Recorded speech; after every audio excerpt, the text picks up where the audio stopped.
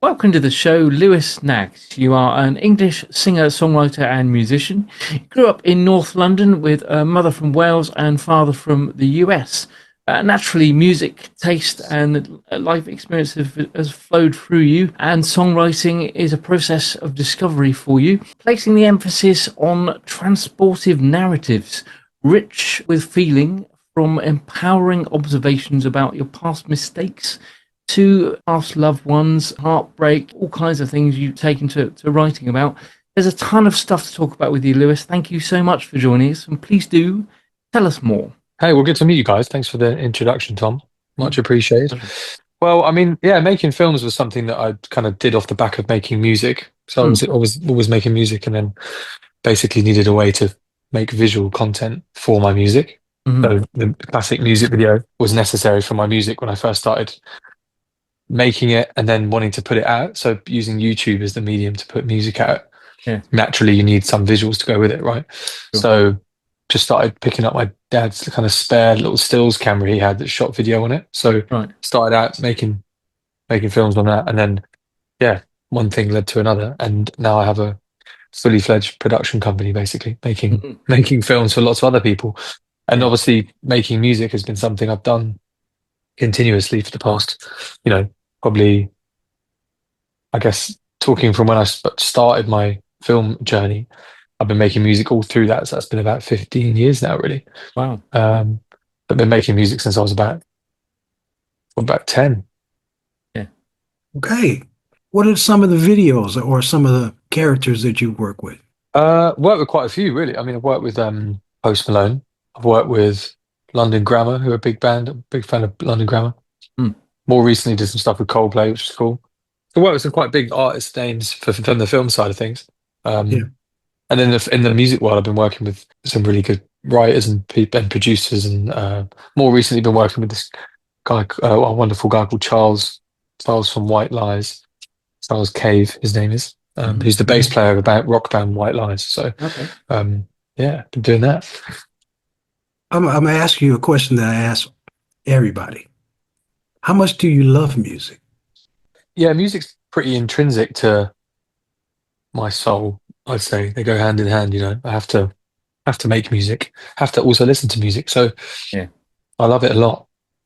I'm a Yeah. big, I'm a huge music fan. It's kind of the tapestry of my life, really, Mhm. and it's Mm. makes up a lot of who I am. So my dad used to say, music will always be your friend, and I think that's a good way Yeah. of thinking about it. Great way of You thinking. know, through thick and thin, day or night. You Yeah. know, no matter where you are. Your dad was from the States? Yeah, he's from Los Angeles, actually, born and raised in Los Angeles. Yeah, so my auntie still lives out there. I've got a bunch of family there. So Yeah. basically, my grandparents, after the Second World War, moved from the UK. They were from Yorkshire and Glasgow, and they moved over to California after the Second World War to start fresh, really, live the California dream, which they did. And my dad was born in LA as a result, and then moved back to the UK when he was about 15 or 16. So what do you think about social conscious lyrical content? I think it's really important, to be honest. I think it's, there's a lot of music there which does serves the purpose of something that sounds nice, and Mhm. there's definitely always room for that. Things that make you feel good and make you happy that, sometimes maybe lyrically don't have as much depth to them, but serves the audible purpose of making someone happy, which, fits the bill. But I personally connect more and appreciate more, to be honest, music that has a bit more of a kind of socially conscious, socially aware intention behind it. Because Hmm. that, for me, when you get the socially aware lyrics combined with strong melodies, you have a way of hooking someone in audibly so Yeah. they feel something, and then you hit them with a lyric that can also mean something quite poignant to them. Hmm. And, the combinations of those two things, I think, can really make a difference really in the world, make people connect to music more, um, and make people, I suppose, want to follow you in that sense, rather than being somewhat of a throwaway sound. It's more, valuable to somebody, sort of hits their soul a bit more, I think, when it's more socially conscious. Yeah. Are there some artists that you like, right? Social conscious Mm. music? Yeah, I mean, quite a big fan of a guy called Sam Fender. He's doing some good stuff right now. He's pretty big in the UK. He hasn't really broken through in America that much, but there's a guy called Noah Kahan who's broken through and who's pretty big in America. He's sort of folk, indie folk vibes. Okay. He's doing some cool stuff, and he did a collaboration with Sam Fender, which was pretty cool. He kind of doesn't claim to be some kind of politically eloquent, activist type person from that point of view, but he talks about social issues and social things more as a sort of observer, sorry. I guess he puts things in layman's terms, because sometimes being socially conscious and politically fueled can come across, in a number of different ways in music. But with him, it comes across quite poetic and beautiful, which just makes his music more engaging, I think, which definitely impacted my music making. I've always been writing songs and trying to have a bit of a voice and have something to say. And then when I heard his music, I was like, oh, okay, let me start again. It resonated. Tom? Absolutely. Yeah. Just with regards to the sort of filmmaking side of things, and particularly the documentary you did regarding Coldplay, how did that come about? And kind of how have they contacted you, or how do these kind of huge names come across you and get involved with what you're doing? And what as an experience, what was it like working with them on? Yeah, it was really cool to meet them. They're a really nice bunch of guys, actually. They even gave my team a box at the stadium we were filming at in Ireland, at the Croke Park in Ireland, which was really cool. And yeah, no, I mean, just came across this because I work in this sort of music world, really, obviously making films. We work with Abbey Road quite a lot, and Apple Music, and quite a few different clients. It kind of came through those avenues of music oriented clients, which is really cool. So, and yeah, it was really good fun working with them. Sometimes some of the nicest people I've met in the industry are some of the most successful, actually, which is cool. Wow. Wow. That's wonderful. I mean, yeah, it's cool. People want to be able to approach you, Definitely. It's good to have that. With you, Skyler, have you had because I know you opened up for Springsteen. I'm a big fan of Springsteen. Wow. What was your experience? I'm assuming you met the boss. Oh yeah, I was 19 years old, and wow. I got to open at this very famous club called the Stone Pony, and I didn't know. I did see because I'm from California too. Oh, no way. And I moved over there to New Jersey, and I didn't know how big he was. Folklore, wherever, and we got to open for him, and I was blown away because we were a horn band. We did like tunes from Tower Power and Donny Hathaway and all kind of people like that. But it was a trip because we blew everybody away. We practiced so hard for 3 months, man. 4 hours a day, and really had it really tight. And we went to open for him. People was crazy over it. But then I finally got to see Bruce Springsteen. And then I lived on a ranch, man, where all these amazing, like Chick Corea and all these people had their pianos, and then I got to meet him there. But at the same time, man, when he came out and he had holes in his jeans and everything like that, but he has such a force. You know what I mean? The girls went nuts, and I say, man, I want to be in that guy's band. So, he was amazing. And then later on, when I moved back to Hollywood, he became the boss. Wow, that sounds great. I love it. Tom, what's next for you? Have you got music in the pipeline that you've yet to release, or are you working on anything at the moment? I have actually. Yeah, it's quite an exciting time really, because I'm kind of, despite it being dark and cold in January, I've got my the first single coming out from what is my album that I've been working on for about 2 years now, year and a half, 2 years. My dad passed away about 2.5 years ago, and it kind of spurred on to get my stuff together and get a bunch of music ready. Yeah, basically 31st of January is the first single from the album. Yeah, it's called Everybody's Falling Apart. And then after that, every 5 weeks then for the next 12 to 18 months and beyond, I'm releasing a single every 5 weeks. Oh, wow. Yeah, so got a lot of music coming out. Yeah, absolutely. Which is exciting.